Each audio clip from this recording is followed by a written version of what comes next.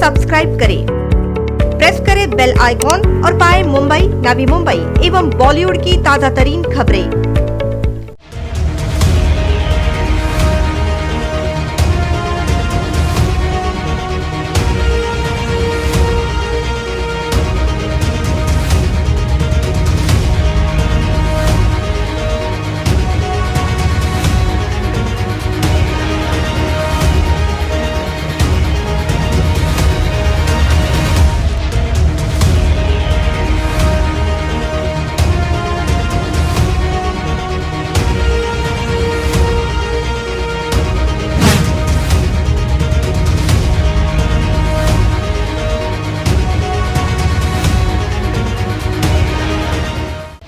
Smoke from fires in Australia is expected to make at least one full circuit around the globe and return to the skies over the country, scientists from NASA have warned. Studying smoke plumes from late December, the space agency said that the smoke had travelled halfway across Earth and affected air quality in other countries. Australia is being ravaged by the worst wildfires seen in decades, with large swaths of the country devastated since the fire season began in late July. At least 28 people have died nationwide, and in the state of New South Wales alone, more than 3,000 homes have been destroyed or damaged. State and federal authorities are struggling to contain the massive blaze, even with firefighting assistance from other countries, including the United States.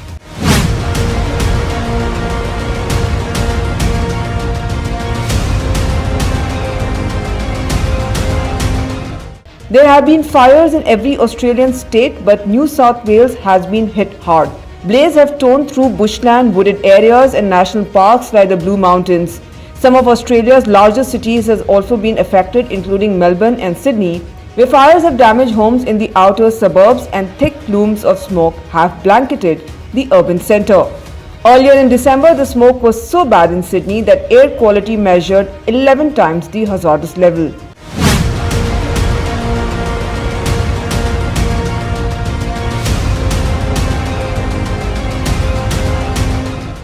Each year there is a fire season during the Australian summer, with hot, dry weather making it easy for blazes to start and spread.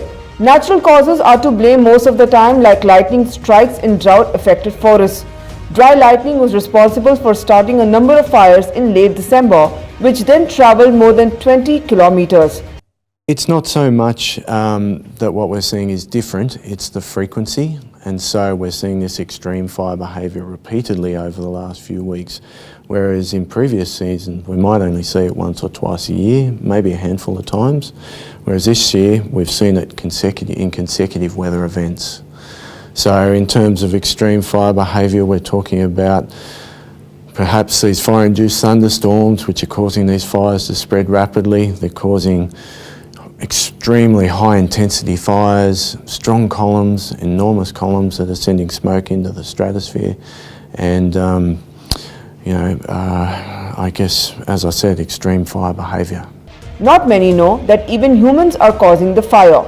Australian police have charged at least 24 people with deliberately starting bushfires and have taken legal action against 183 people for fire-related offences since November, according to a police statement.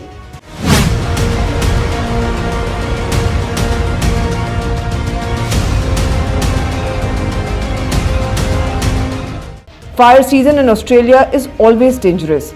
The 2009 Black Saturday fires killed 173 people in Victoria, making it the deadliest bushfire disaster on record.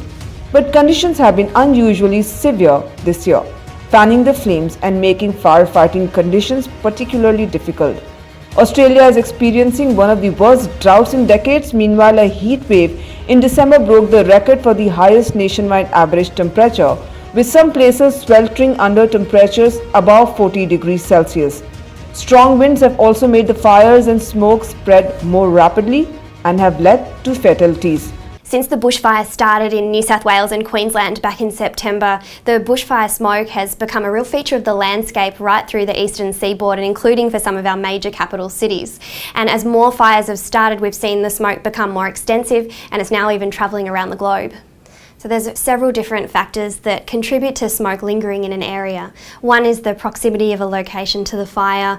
Another is the topography around that area, which can funnel wind in a certain direction, and then the wind itself. So if you've got a light wind, then it's likely to leave the smoke lingering in an area rather than dispersing it to other parts of the country.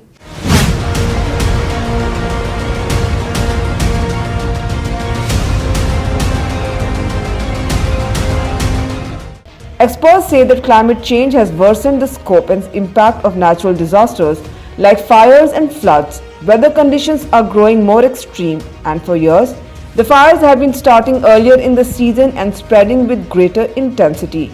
Prime Minister Scott Morrison has emphasized a commitment to reduce carbon emissions. I should stress that there is no dispute in this country about the issue of climate change globally and its effect on global weather patterns, and that includes how that impacts in Australia. Because I have to correct the record here. I've seen a number of people suggest that somehow the government does not make this connection. The government, our leaders, always made that connection, and that has never been in dispute. While natural weather patterns have driven recent fires, researchers say it's common sense that human-induced heating is playing a role. UK researchers have carried out a rapid analysis of the impact of climate change on the risk of wildfires happening all over the world. Their study looked at 57 research papers published since the last major review of climate science came out in 2013.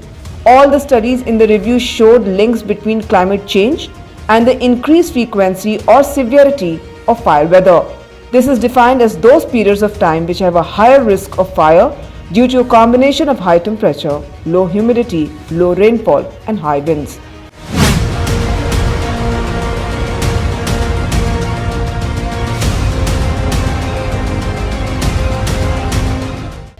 Entire towns have been engulfed in flames and residents across several states have lost their homes. The heaviest structural damage occurred in North South Wales, the country's most populated state, where 1,588 homes have been destroyed and over 650 damaged. In total, more than 7.3 million hectares have been burned across Australia's 6 states, an area larger than the countries of Belgium and Denmark combined. The worst affected is NSW, with more than 4.9 million hectares burned.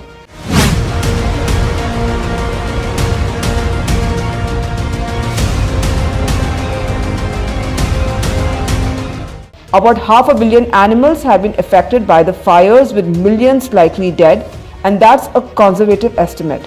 The number of total animals affected could be as high as 1 billion nationwide, according to ecologists from the University of Sydney. The figures include birds, reptiles, and mammals except bats. It also includes insects and frogs, so the real sum is almost certain to be higher, ecologists said. Almost a third of the koalas in North South Wales may have been killed in the fires.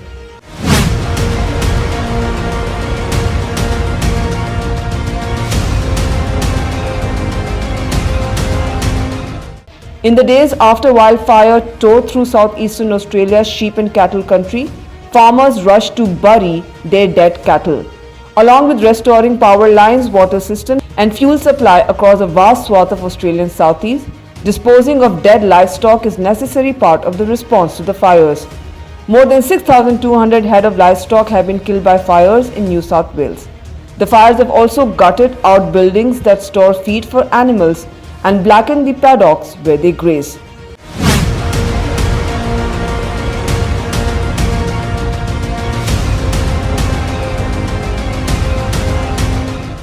State and federal authorities have been working to combat the fire crisis for months. There are more than 2,000 firefighters working on the ground in North South Wales alone, and more support is on the way. The United States, Canada, and New Zealand have sent additional firefighters to help.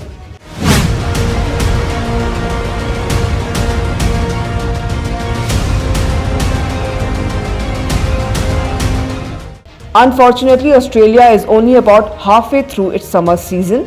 Normally, temperatures peak in January and February, meaning the country could be months away from finding relief. The fires are unlikely to end entirely since they are an annually occurring event and may even get worse if recent years are a guide.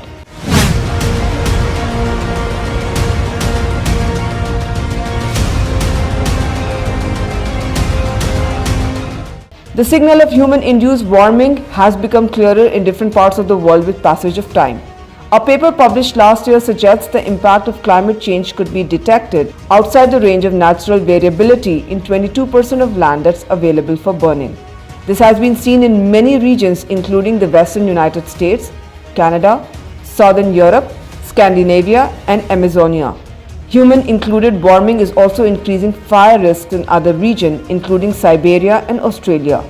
Experts involved in the review say that people are seeing the signal of global warming with their own eyes when it comes to wildfires and heat waves. Unless humans take the signs seriously and do all that it takes to stabilize the world climate, climate change is going to write more dangerous chapters for humans, challenging their very existence on the planet.